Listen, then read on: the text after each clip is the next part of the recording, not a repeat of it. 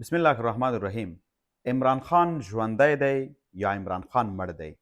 په دې اړه دقیق معلومات تر اوسه پورې نه دي خپاره سوي، مګر یوه ویډیو خپره سوې ده په سوشل میډیا باندې چې د عمران خان پلویان یو بل ته مبارکي ورکوي. دغه ویډیو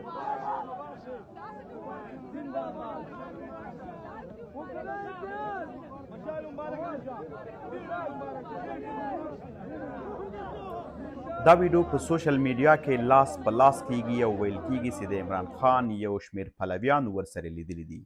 خو تر اوسه پورې د عمران خان پارټي یا پی ټي آی دا خبر نه دی تایید کړی چې د دوی د ګوند غړو له عمران خان سره لیدلي دي او که نه. ځینې خلک وایي چې دا ویډیو پخوانۍ ده او ځینې بیا وایي چې نه دا د آیسای کار ده یا د پاکستان د پوځ کار ده تر څو یو شمېر خلک په دې بانه باندې آرام کړي. خو پی ټي آی تر اوسه پورې نه ده تایید کړې چې عمران خان سره د دوی غړو یا د کورنۍ غړو یې لیدلي دي او که نه. بلخوا خواجه محمد اسف د پاکستان د دفاع وزیر ده ویلي دي چې عمران خان ګرمه خونه لري، چای او ډوډۍ ورته په وخت رسیږي، له بهره ورته میوه راوړل کیږي، ګرمه خونه ورته ده او یخې او ګرمې اوبه هم ورته، یعنې ټولې اسانتیاوې ورته برابرې دي. ده ځان ته اشاره کړې وی کله چې موږ بندیان وو دا یو څه هم موږ ته نه و، حتی په سخت ژمي کې موږ ته ګرمې اوبه هم نه میلاوې دي د دوی په خبره باندې. نوموړی زیاتوي چې باید د عمران خان ته په اشارې او د دې پلویانو ته په اشارې وایي چې باید له الله وډار شو او واک تل یو کس ته پرې نږدو.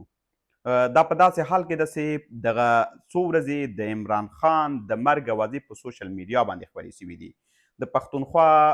وزیر اعلی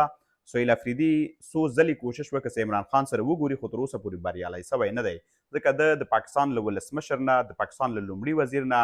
له محکمې او سرې محکمې نه چې عدالت ورته دوی وایي، له دې نه امرونه هم اخیستي، خو پوځ ورته اجازه نه ده ورکړې چې عمران خان وګوري. بیګا شپه تر شپې ناوخته پورې د عمران خان د پلویانو او د پوځیانو ترمنځ هم